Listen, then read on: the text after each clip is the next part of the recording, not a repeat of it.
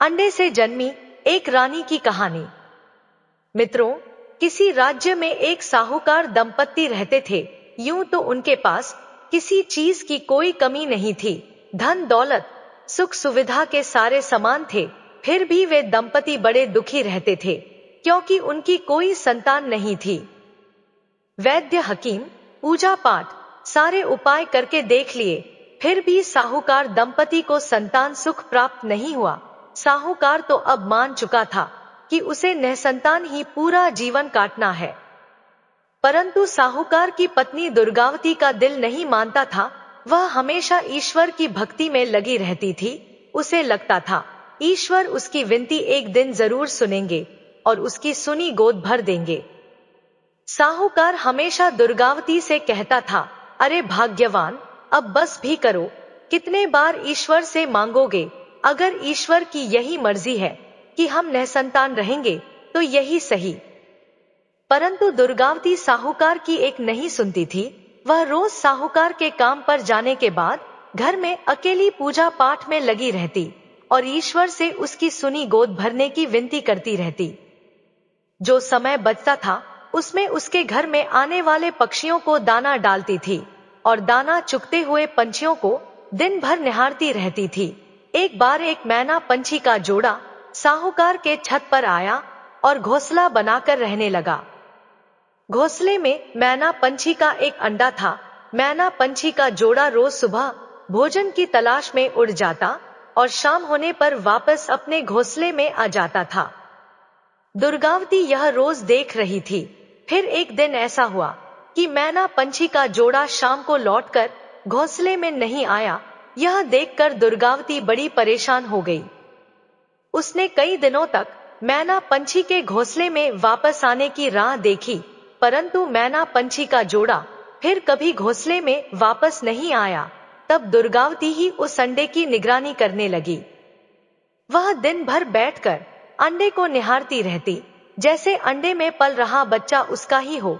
मैना का वह अंडा बड़ी तेजी से बढ़ रहा था, हर रोज दुगना हो जाता था। यह देखकर दुर्गावती को अब डर लगने लगा था। फिर एक दिन दुर्गावती ने देखा कि अंडा तरबूज इतना बड़ा हो गया था। यह देखकर दुर्गावती डरकर घर से भाग गई और साहूकार को बुलाने चली गई। जब साहूकार और दुर्गावती दोनों अंडे के पास पहुंचे तो अंडा लुढ़क कर दुर्गावती के पैरों के पास आ गया। साहूकार ने डरते डरते जैसे ही उस अंडे को हाथ लगाया, वह अंडा फूट गया और उसमें से एक बड़ी ही सुंदर छोटी सी प्यारी सी लड़की निकली। दुर्गावती उस बच्ची को देखकर बहुत खुश हो गई और तुरंत उसको अपने सीने से लगा लिया। चूंकि वह लड़की मैना की बेटी थी, इसलिए साहूकार और दुर्गावती ने उस लड़की का नाम मैनावती रखा और अपनी बेटी बनाकर उसको पालने लगे। दोनों पति पत्नी ने मैनावती का लालन पालन बहुत ही अच्छे से किया। मैनावती को देखकर वे फूले नहीं समाते थे। समय बड़ी खुशी पूर्वक बीत रहा था और अब मैनावती बड़ी हो गई थी। मैनावती बड़ी होकर सर्वगुण संपन्न और बहुत सुंदर हो गई थी। वह इतनी सुंदर थी कि जो कोई उसे देखता बस देखता ही रह जाता। एक बार की बात है, मैनावती अपनी सखियों के साथ मेला देखने गई थी। संयोगवश उस राज्य का राजा भी उस मेले में आया हुआ था। राजा की नजर जैसे ही मैनावती पर पड़ी, वह उसकी सुंदरता पर मोहित हो गया और तुरंत अपने सेनापति को आदेश दिया कि पता करो यह सुंदरी कौन है और इसके माता पिता कौन है।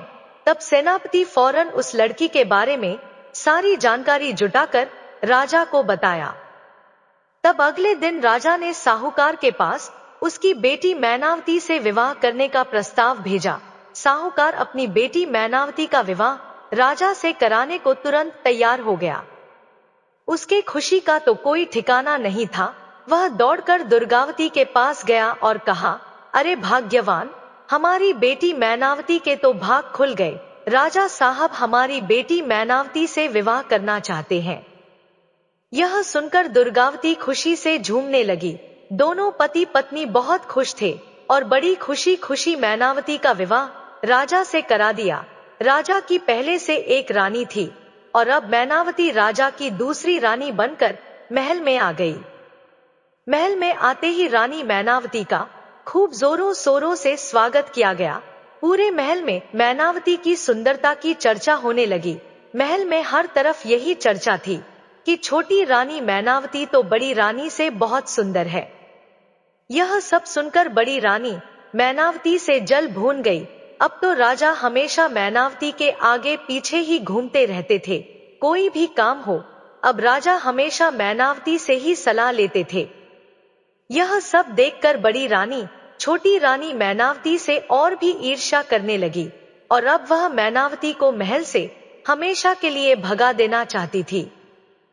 यही सोचकर एक दिन बड़ी रानी मैनावती के पास जाती है और कहती है, मैनावती सुंदरी, तुम तो हमारी तरह इंसान के पेट से नहीं आई हो, तुम तो किसी जादू की तरह अंडे से बाहर आई हो, तो तुम्हारी जान किसमें है?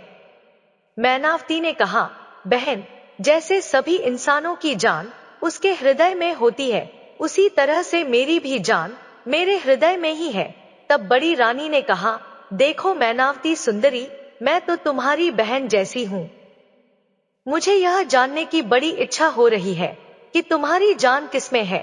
तुम अब रानी बन गई हो और राज परिवार के लोगों पर हमेशा जान का खतरा बना रहता है।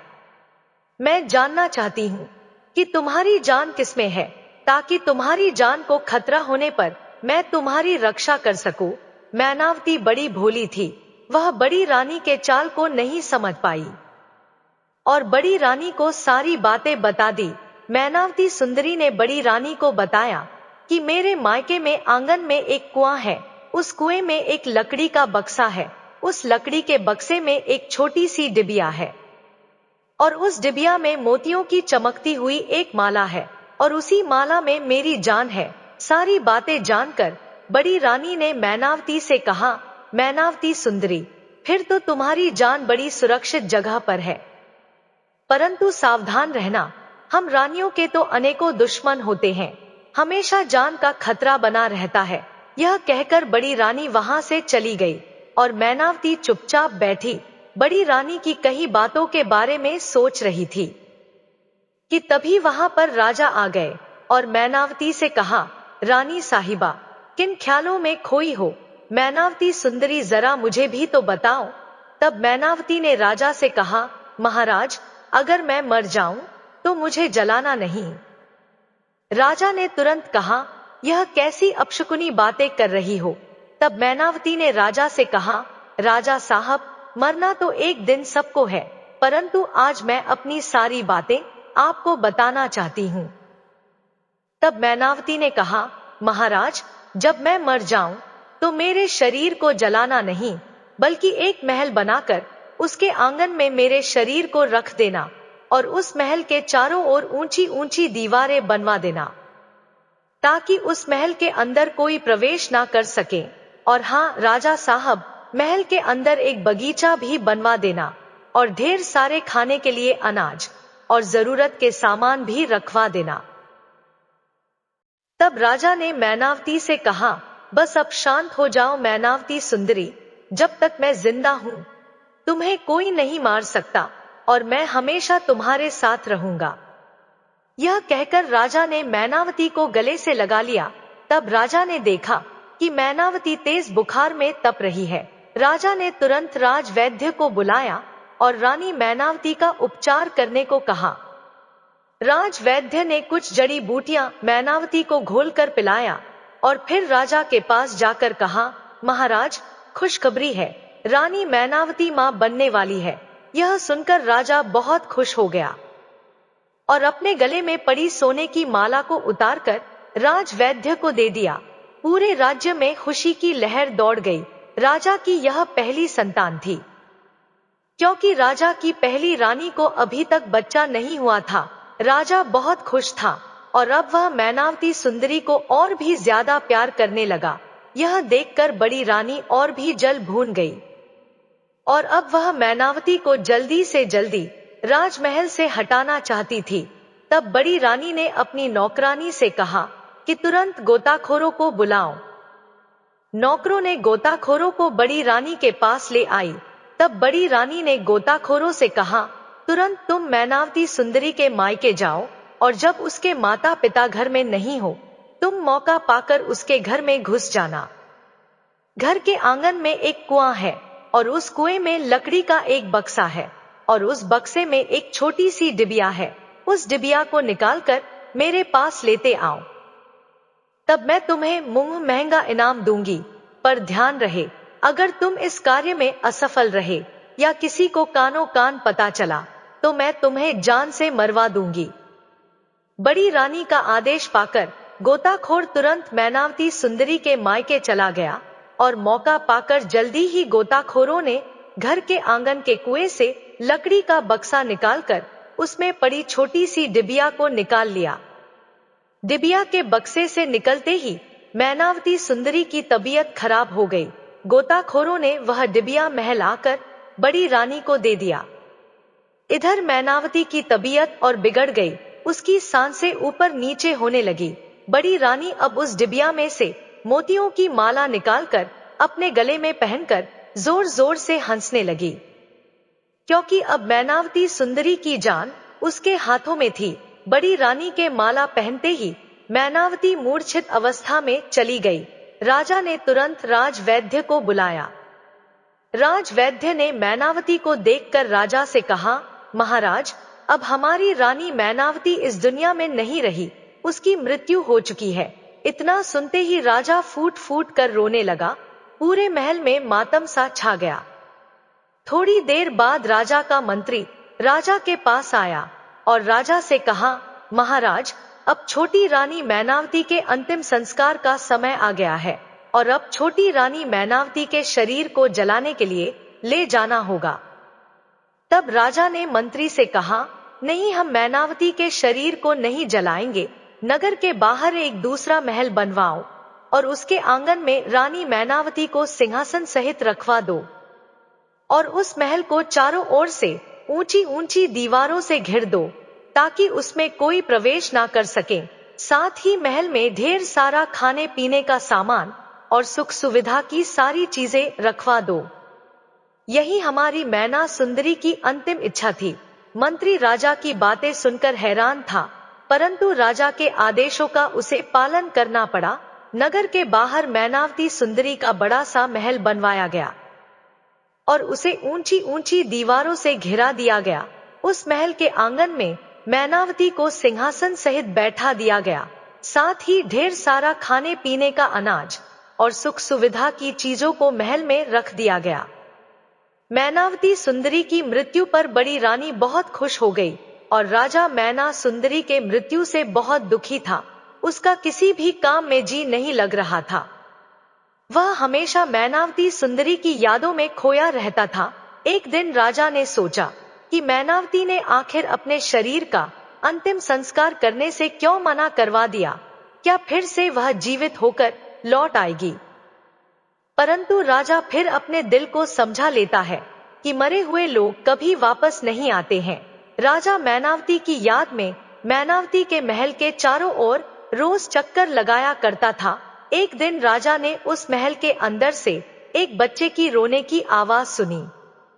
राजा हैरान था कि महल के अंदर बच्चा कहां से आ गया।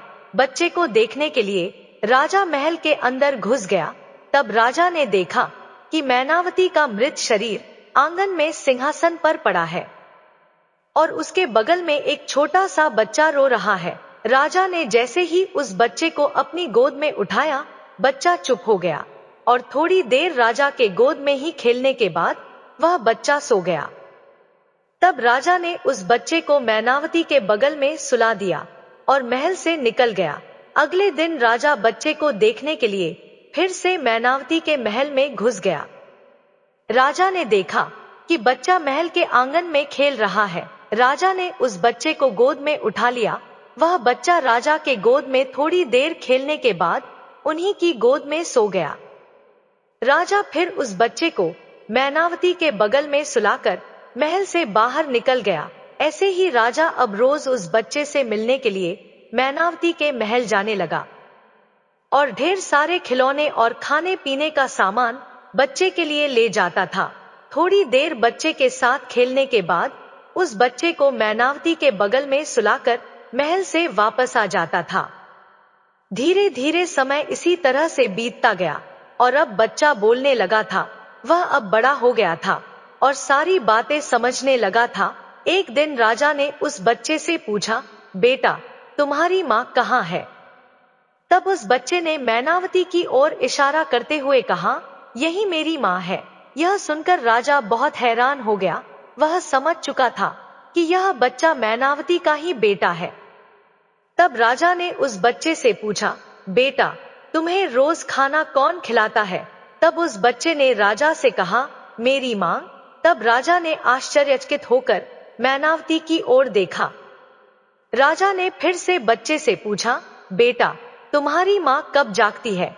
तब बच्चे ने कहा, मेरी माँ रोज रात में जागती है और मुझे ढेर सारा प्यार करती है, खाना खिलाती है और सुबह होते ही मेरी माँ फिर से सो जाती है।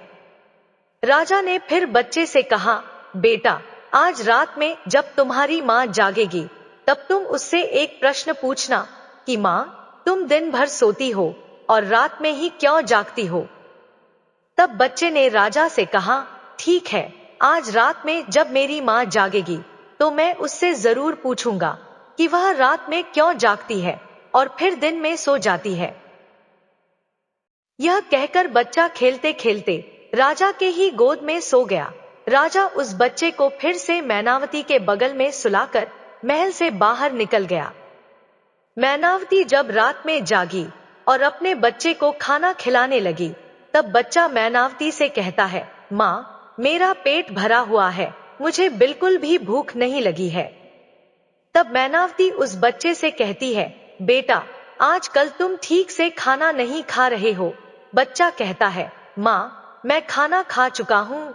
मैनावती हैरान होकर बेटे से पूछती है, बेटा, तुम्हें किसने खाना खिलाया? तब वह बच्चा मैनावती से कहता है, माँ, रोज दिन में राजा साहब आते हैं। देखो, यह सारे खिलौने राजा साहब ही लाए हैं।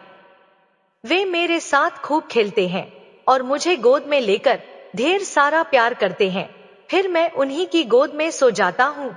फिर वह बच्चा मैनावती से कहता है, माँ, राजा साहब एक सवाल पूछ रहे थे कि अपनी माँ से पूछना कि तुम्हारी माँ रोज दिन में सोती है और रात में क्यों जागती है। तब मैनावती यह समझ गई कि राजा साहब अब सारा राज जानना चाहते हैं और उसने सोचा कि राजा को सारी सच्चाई बताने का यही सही समय है।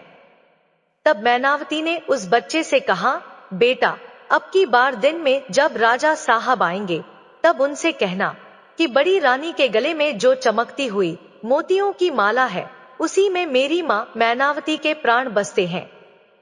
बड़ी रानी दिन भर उस माला को अपने गले में पहनी रहती है, जिससे मेरा शरीर निष्प्राण हो जाता है, जिससे मैं दिन भर सोती रहती हूँ। और रात में जब बड़ी रानी माला को अपने गले से उतार कर सोती है, तब मैं जाग जाती हूँ। बच्चे ने मैनावती से कहा, ठीक है माँ, राजा साहब अब की बार जब आएंगे तो मैं सारी बातें उन्हें बता दूंगा। अगले दिन जब राजा उस बच्चे से मिलने आता है, तब वह बच्चा अपनी माँ की सारी सच्चाई राजा को बता देता है। राजा सब समझ गया कि बड़ी रानी मैना सुंदरी से कितना ईर्ष्या करती थी और जिस कारण वह मैना सुंदरी को मार डालना चाहती थी। और आज मैना सुंदरी की यह दशा केवल बड़ी रानी के कारण है और राजा ने अब सोच लिया था कि वह बड़ी रानी को उसके इस अपराध की सजा जरूर देगा। परंतु इससे पहले बड़ी रानी से वह माला लेना अत्यंत आवश्यक था और अब राजा बड़ी रानी से माला लेने की योजना बनाने लगा। और एक दिन राजा बड़ी रानी के पास जाकर कहता है, महारानी, आपने इतनी भारी मोतियों की माला अपने गले में क्यों पहना है? इसे उतार दीजिए। तब बड़ी रानी ने राजा से झूठ मूठ का बहाना बनाते हुए कहा, नहीं नहीं राजा साहब, यह मेरी माँ की आखिरी निशानी है, इसलिए मैं इसे अपने गले से नहीं उतार सकती। अब राजा समझ चुका था कि बड़ी रानी से माला वापस लेना इतना आसान नहीं है। फिर राजा बड़ी रानी से माला निकलवाने की दूसरी योजना सोचने लगा और अगले दिन राजा फिर से बड़ी रानी के पास जाता है और बड़ी रानी से कहता है, महारानी, मेरे प्रिय मित्र का एक छोटा सा बच्चा है, परंतु उस छोटे से बच्चे की माँ अब इस दुनिया में नहीं है और मेरे मित्र को उस छोटे से बच्चे को पालने में बड़ी दिक्कत हो रही है। मैं उसकी मदद करना चाहता हूँ। रानी साहिबा, अगर आपकी आज्ञा हो तो क्या मैं उस छोटे से बच्चे को यहाँ ला सकता हूँ और क्या आप कुछ दिनों तक उस छोटे से बच्चे का लालन पालन कर पाएंगी? तब बड़ी रानी राजा से कहती है, हाँ हाँ राजा साहब, आप जरूर उस बच्चे को मेरे पास ले आइए। हमारी कोई संतान नहीं है, कुछ दिनों तक उस बच्चे का ध्यान रखूंगी तो मुझे बहुत अच्छा लगेगा। अगले दिन राजा जब मैनावती के बच्चे से मिलने जाता है तब उसे सारी योजना समझा देता है कि जैसे ही बड़ी रानी तुम्हें गोद में उठाएगी, तुम बड़ी रानी के गले में पड़ी मोतियों की माला को पकड़कर जोर जोर से रोने लगना और कहना कि थोड़ी देर मुझे इस माला के साथ खेलना है, और जोर जोर से तब तक रोते रहना जब तक बड़ी रानी अपने गले से वह मोतियों की माला उतारकर तुम्हें दे ना दे। बच्चे ने अपना सर हिलाते हुए कहा, हाँ हाँ, मैं सब समझ चुका हूँ। अब राजा उस बच्चे को अपने साथ महल ले जाता है तो महल में सभी लोग उसे खूब प्यार करने लगते हैं।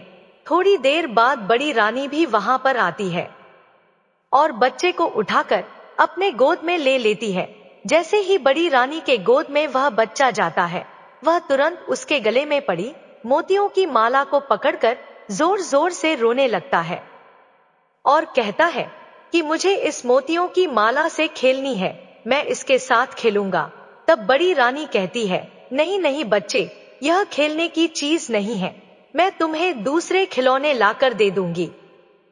और बड़ी रानी नौकरों से कहकर उस बच्चे के लिए दूसरे ढेर सारे खिलौने मंगवाती है, परंतु वह बच्चा उसी माला की जिद पकड़े रहता है कि मुझे तो वही माला चाहिए, और धरती पर लोट लोट कर दहाड़े मारकर रोने लगता है।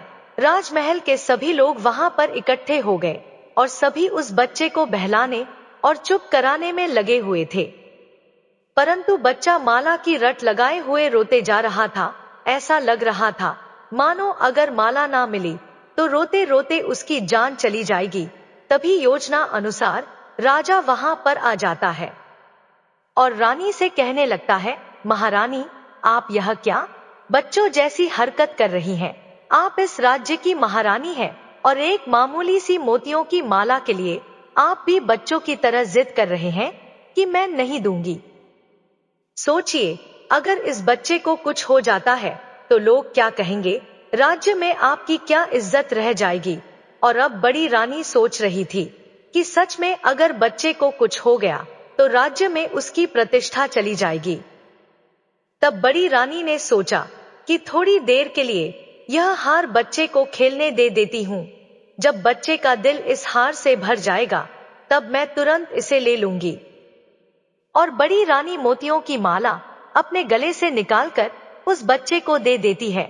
वह बच्चा मोतियों की माला हाथ में लेकर आंगन में घूम घूम कर खेलने लगा। थोड़ी देर मोतियों की माला से खेलने के बाद उस बच्चे ने चुपके से उस माला को लाकर राजा को दे दिया। राजा तुरंत उस मोतियों की माला को लेकर मैनावती के महल आ जाता है और उस माला को मैनावती के गले में डाल देता है। वह माला पहनते ही मैनावती जाग गई और राजा तुरंत मैनावती को अपने गले लगा लेता है। मैना सुंदरी राजा को सारी बातें बताती है और कहती है, राजा साहब, वह छोटा सा बच्चा आपका ही बेटा है। राजा मैनावती से कहता है, मैना सुंदरी, मैं सारा सच जान चुका हूँ। बड़ी रानी ने तुम्हारे साथ बहुत गलत किया है और उसको उसके किए की सजा जरूर मिलेगी। तुम अभी कुछ दिनों तक इसी महल में रहो, समय आने पर मैं तुम्हें राजमहल वापस ले जाऊंगा।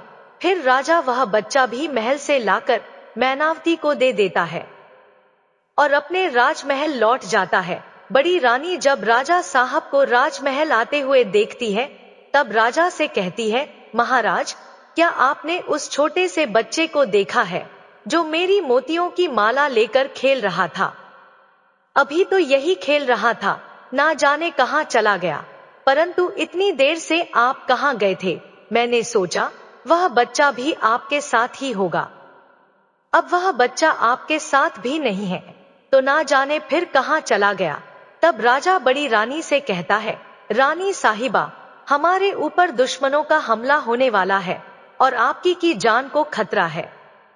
यह सुनकर रानी डर जाती है और राजा से कहती है, महाराज मुझे बचा लीजिए। तब राजा कहता है, महारानी, मैं आपको छुपाकर रखने के लिए एक तहखाना तैयार करवाया है और उसमें आपकी सारी सुख सुविधा की चीजें रखवा दी है। आप कुछ दिनों तक वहीं छुप कर रहिए। तब बड़ी रानी कहती है, हाँ हाँ राजा साहब, आप जब तक कहेंगे मैं उसी तहखाने में रहूंगी। राजा बड़ी रानी को तहखाने में ले जाकर बंद कर देता है और तब राजा बड़ी रानी को सारी सच्चाई बता देता है और कहता है कि तुमने जो मैना सुंदरी के साथ किया, तुम्हें उसकी सजा मिली है। अब जब तक तुम जीवित रहोगी इसी तहखाने में रहोगी। बड़ी रानी खूब रोने लगती है और राजा से क्षमा मांगने लगती है और कहती है कि अब वह फिर कभी ऐसा काम नहीं करेगी, परंतु राजा उसकी एक नहीं सुनता है और वहां से चले जाते हैं। फिर राजा मैनावती के महल जाता है और मैना सुंदरी और अपने बेटे को रथ पर बिठाकर बाजे गाजे के साथ राजमहल वापस लाता है। राजमहल में मैना सुंदरी और उसके बच्चे का खूब स्वागत किया गया और अब राजा मैना सुंदरी को मुख्य महारानी का उपाधि प्रदान करता है और अब राजा और रानी मैनावती खुशी खुशी अपने बच्चे के साथ राजमहल में रहने लगे। मित्रों, कहानी कैसी लगी कमेंट बॉक्स में कमेंट करके जरूर बताएं। वीडियो को लाइक शेयर करें और ऐसे ही रोचक कहानी सुनने के लिए हमारे चैनल को सब्सक्राइब करें। धन्यवाद।